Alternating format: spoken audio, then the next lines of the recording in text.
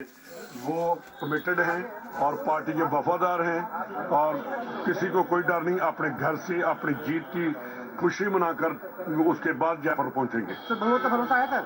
किसके बहुमत का भरोसा है? क्यों नहीं भरोसा? पूरा भरोसा। ठीक है सर। तो हमें जोड़ तोड़ की जरूरत नहीं है। हमारे सारे विधायक हमारे साथ हैं, विश्वास दिलाते हुए रंधावा नजर आ रहे हैं। राजस्थान की तरह ही तेलंगाना में भी इस वक्त हलचल तेज है। तेलंगाना कांग्रेस के चीफ रेवंत रेड्डी अभी हैदराबाद पहुंचे हैं। आपको तस्वीरें दिखाएंगे इस ब्रेक के बाद।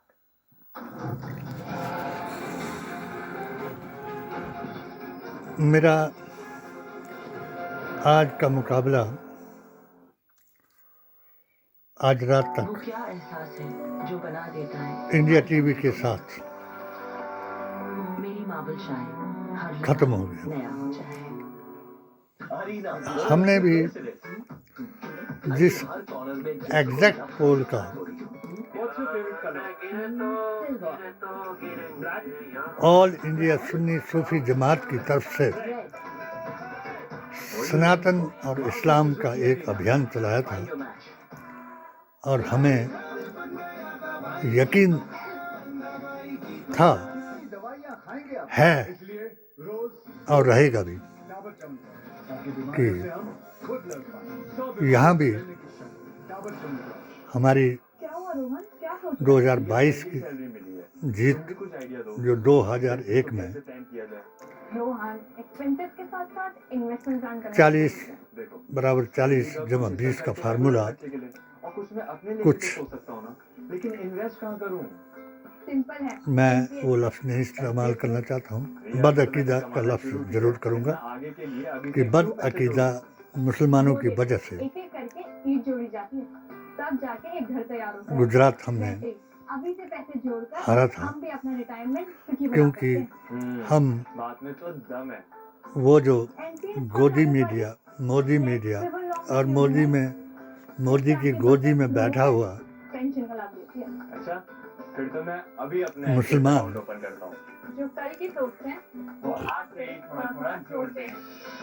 पेंशन है तो टेंशन नहीं। अहले बातिल यजीदी और अहले नजदी वहाबी और सुल्ला कुल्ली राफसी की वजह से हमने गुजरात हारा था। और इस बार हमारी दुआ कबूल हुई थी। दुआ कबूल तो क्या कि जो लोग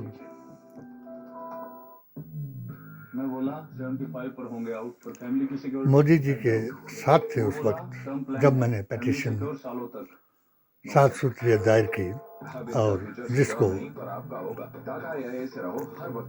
JNK के उस वक्त के यशस्वी गवर्नर सतपाल मलिक जी ने मेरे सुझाव को माना और मैंने हजारों अलगाववादियों, उग्रवादियों और आतंकवादियों को अपने इस अकीदे की वजह से नेहरू और शेख अब्दुल्ला की दोस्ती की वजह से या रिश्तेदारी भी कहा जाए तो उसमें कोई अतिशयोक्ति नहीं होगी, जो अकीदतमंद मुसलमान जो था वो भारत के साथ जुड़ा और हम उसी जमात की तायद करते रहे, चाहे हमारे ऊपर कितना भी वक्त आया। मैं अपने एग्जैक्ट पोल की अभी भी यकीन रखता हूँ, मगर एक अचंभा अपनी ज़िंदगी में अब देखा कि जो मीडिया है उसकी इतनी कोशिश रही, अभी तक भी मैं सोच रहा हूँ कि इनको अभी भी उम्मीद है कि ये पासा पलट सकते हैं, जैसे कि इनके इकट्ठे होना, इनका जोड़ तोड़ करना और इनके बैलेट पेपरों की गिनती कराना, इससे ये आश्वस्त हो रहे हैं अगर ये पूरे बेल्ट पेपर्स मिलिट्रीज के और उनके भी बदल देते हैं तब भी जो इनका एग्जिट पोल है वो पूरा नहीं होगा। मैं इसके लिए हमने भी ऐसे कुछ शब्द जिनको कोई अच्छे नहीं लगे, हिंदुत्व और शरिया के बारे में मैंने कहा कि सनातन और इस्लाम ही भारतीय संस्कृति की दो आंखें हैं जो अभी फिर जुड़ गई हैं। और ये मुकाबला जो ये राहुल वर्सेस मोदी जी बता रहे थे या हिंदू वर्सेस मुसलमान बना रहे थे वो नहीं था। ये मुकाबला खड़गे जी की अध्यक्षता में उनकी सूझबूझ से और उनके लोगों द्वारा लड़ी गई एक जंग है। तो ये क्या जंग है जिसको ये महाभारत के बड़े श्लोक दे रहे हैं, गीता के कुछ श्लोक दे रहे हैं, मगर मैं इनको एक बात बता दूं कि गीता का प्रथम अध्याय, 10वां अध्याय और 21वां अध्याय कि जब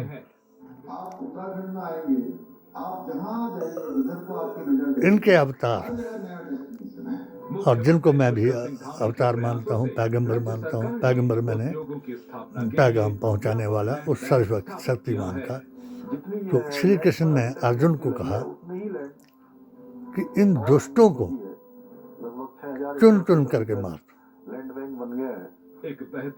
यानी दुष्ट का अर्थ उस वक्त जो था, क्योंकि उस वक्त तक काफिर का लफ्ज ईजाद नहीं हुआ था। दुष्ट कहते थे जिसका कर्म नीच हो और वो कर्म नीच करता हो और धर्म ऊंच बताता हो। मैं नहीं समझती थी, अब आप वक्त लगाते हो। नजरी चाहे हो दो, है सपना एक ही हमारा। इसके बाद जब आखिरी पैगाम आया उसमें सूरह तौबा की 23 आयत में जब हमारे नबी जो गैब को जानने वाले थे, दो जहां के बाली थे, उम्मी थे और अजूबा थे, तमाम आचार्यों ने, वेदाचार्यों ने, वेद पुराण गीता ग्रंथ और कुरान में उनके बयान आए और उन्होंने उनको भी जब उनके रिश्तेदारों ने उनकी सच्चाई पर चोट की, उनकी टांगें तोड़ी, उन्हें ओझरी में दबा दिया, उनको घर से भगा दिया और उसमें अपनी फूफी के उसमें उनको छुपना पड़ा और कुरान में एक आयत सूरह तौबा 29 नाजिल हुई कि ऐ मोहम्मद इन काफिरों को कत्ल कर दो। और जिस जमात की मैं ये बुराई करता रहा या कुरान हदीस और संविधान जिस जमात को बुरा समझती रही, तो उस जमात ने काफिर लफ्ज जो है वो अपने बापों के लिए इस्तेमाल किया, इसलिए हिंदू मुसलमान में एक भेद करा दिया जिसकी बिना पर ये चुनाव लड़ा गया।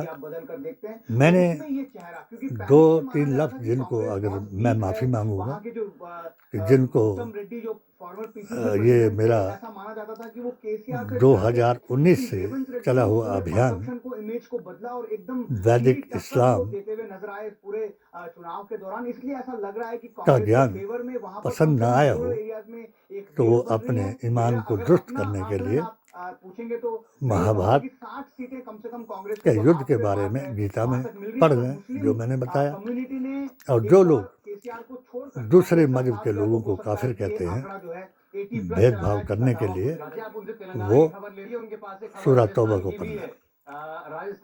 मैं अंत में एक कल जब आखिरी वो था जिस वक्त एग्जिट पोल मैंने भी आपका जानकारी है कि अपने डीके HHAQ रूरल के सांसद हैं के चैनल YouTube पर उनको चढ़ाया। जिम्मेदारी दी गई है कि ऐसी तो कोई स्थिति बनती बहुत है, हंसी की बात है, सरकार फंसती है तो सारे रात को एमएलएस हैं उनकी बाड़ेबंदी होगी। और मुझे एक फोन आया। जिसका जिक्र आपने पहले भी सुना होगा, चाहे वो गुजरात के एमएलए, मैं ये बयान नहीं करूंगा क्योंकि मैंने उनका ऑडियो और वीडियो नोट किया हुआ, शुरू हो गई है वहां और वही तरीका जो पहले लगाया था मेरे को कमरे आपको देने होंगे। कि पहले उग्रवादियों से मेरे पर हमला कराया, फिर हिंदूवादियों से मेरे पर हमला कराया, फिर आतंकियों से मेरे को डराया, मगर मैं कभी नहीं डरा। मैं मौत से डरता नहीं हूँ क्योंकि मैं इज्जत और जिल्लत जो है वो खुदा के हाथ में मानता हूँ। वह तो इज्जु मन तशाओ वह तो जिल्लु मन तशाओ बियादी कल खैर वहु आला कुल्ले शैइन कदीर। ये अभी पीछे साइबर क्राइम के बारे में कुछ लोग यहाँ आए थे, वो बता रहे थे कि भाई ऐसे ऐसे फ़ोन आएंगे, तुम सतर्क रहा करो। तो फ़ोन तो उनको आएंगे जिनको ये करवाएंगे, सभी को फ़ोन नहीं आएंगे। मैं हैरान हो गया कि पहला तो मेरे से सवाल ये पूछा गया कि भाई अपना आप कैमरा ऑन कर लो। मैंने कहा ये बड़ी अजीब सी आवाज़ थी और लेडीज़ की आवाज़ थी। मैंने कैमरा ऑन कर दिया। कैमरे में जो कुछ उस रांड ने मुझे दिखाया तो मैं चकित हो गया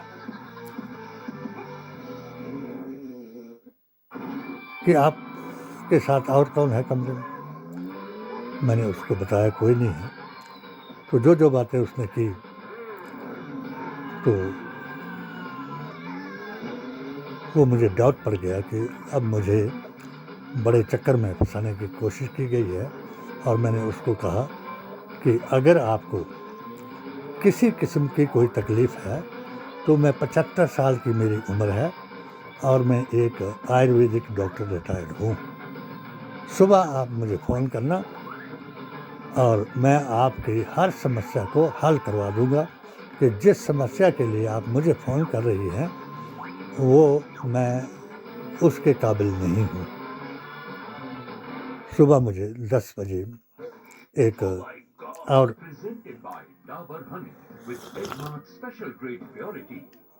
वो क्या है फ़ोन आया जो बना देता है कि जो ये वीडियो है मेरी मावल तो जो आपके नाम पर चलाई गई है, क्या मैं इसको क्राइम ब्रांच को भेज दूँ?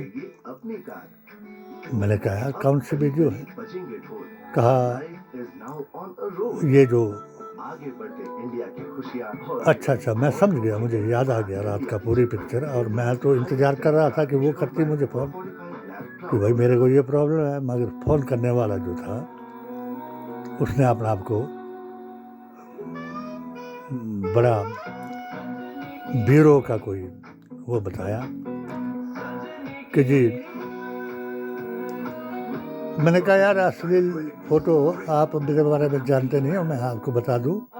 नहीं मैं जानता हूँ, मैं आप एक बुजुर्ग आदमी है। मैंने कहा नहीं अगर आप नहीं जानते हैं तो मैं आपको इंट्रोडक्शन देता हूँ।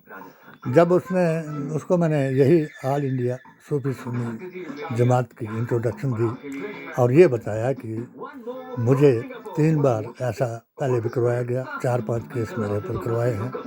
जो बात वो मुझसे करवाना चाहती थी उस बात के लिए मेरी औरत ने मेरे से जुदाई कर ली है। ये सारा कुछ बताने के बाद कि अंकल आप बुजुर्ग आदमी हैं तो आपके ऊपर क्राइम ब्रांच में वो हो जाएगा, तो आप ऐसा करो कि 25,000 रुपये सेंड करो और हम इसको डिलीट करा देंगे। मैंने कहा यार उसको अगर आप डिलीट करा देंगे तो वो तो मेरा एविडेंस है, क्योंकि मैं तेरे को नहीं पता होगा कि मैंने कल जो अपने उसमें एग्जैक्ट पोल दिया है तो वो आप उनको भेजो, चाहे अश्लील है चाहे नहीं है, तो आप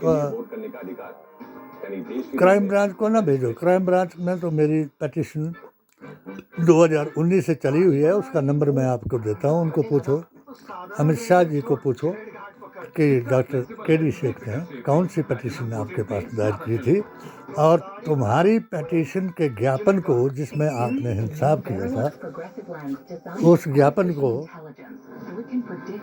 आपने आपके एक कर्मचारी ने जो हिंदुत्व के नाम पर कार्य कर रहा था अधिकारी ने गिदड़ परवाना कहा, तो पहले आप उसके साथ निपट लो, उसके बाद मुझे जवाब देना कल के बाद। तो आज मैं उन लोगों से माफ़ी मांगता हूं जिनको अगर मैंने कोई अपने इस अभियान के दौरान कुछ शब्द ऐसे निकाले हों, मगर शब्द तो वो कुरान हदीस गीता ग्रंथ और ज्ञान से होंगे, मगर उनको बुरे लगे हों, क्योंकि काफिर को काफिर कहा जाए और चोर को चोर कहा जाए तो उसको बुरा लगता है, इसलिए वो उनसे भी मैं माफ़ी मांगता हूँ। और कल जो नतीजा है वो निकल जाएगा, वो उसका इंतज़ार करो। और मुझे किसी झूठे केस में फंसाने की कोशिश जो करेगा तो इंशाल्लाह वो खुद फंसेगा। जय हिंद, जय भारत। क्या बोल रहे हो? 21वीं शताब्दी का